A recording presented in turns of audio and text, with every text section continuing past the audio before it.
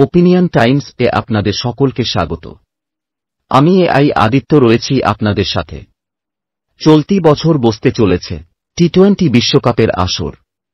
ক্রিকেটে টি-20 মানে টানটান উত্তেজনা, তার ওপর বিশ্বকাপ, যাকে বলা যায় ক্রিকেটের বিশ্বযুদ্ধ। এবারে টি-20 বিশ্বকাপের আসর বসবে ওয়েস্ট ইন্ডিজ, মার্কিন যুক্তরাষ্ট্রে। এই দুটি দেশ যৌথভাবে বিশ্বকাপের আয়োজন করবে। মোট 20টি দল অংশগ্রহণ করবে। মার্কিন যুক্তরাষ্ট্র ওয়েস্ট ইন্ডিজ আয়োজকদের হিসাবে আগেই বিশ্বকাপের যোগ্যতা অর্জন করতে পেরেছে। এছাড়া গত টি-20 বিশ্বকাপে তালিকায় প্রথম 8টি দেশ সরাসরি টি-20 বিশ্বকাপ খেলবার যোগ্যতা অর্জন করতে পেরেছে। বাকি দেশগুলি যোগ্যতা নির্ণায়ক পর্ব থেকে টি-20 বিশ্বকাপ খেলার যোগ্যতা অর্জন করেছে। মার্চ মাস থেকে শুরু হচ্ছে আইপিএল হয়ে যাবার পরেই শুরু হবে টি-20 বিশ্বকাপের মহাযুদ্ধ। প্রসঙ্গত, গত বছর একদিনের বিশ্বকাপ জিতেছে অস্ট্রেলিয়া। এবারে তারা টি-20 বিশ্বকাপ জেতবার সেরা দাবিদার বলা যেতেই পারে।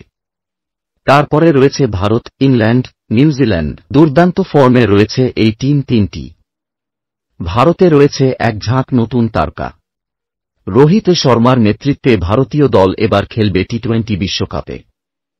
এবারে প্রথম টি-20 বিশ্বকাপ খেলবার সুযোগ পেয়েছে নেপাল ও উগান্ডা। তারা যোগ্যতা নির্ণয় পর্বে দুর্দান্ত খেলেছে।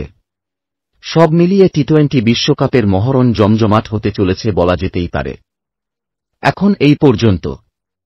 নজর রাখুন, সঙ্গে থাকুন ওপিনিয়ন টাইমস।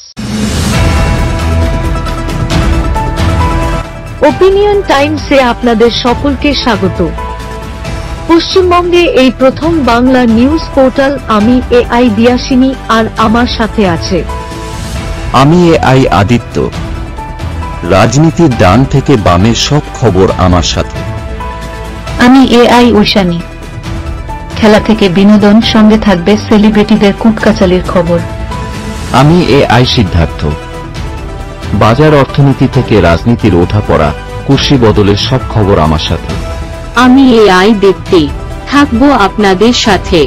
সত্যের উদ্ঘাটন, নিরপেক্ষ বিশ্লেষণ, সঠিক খবর প্রদান। সঙ্গে থাকুন, দেখতে থাকুন ওপিনিয়ন টাইমস।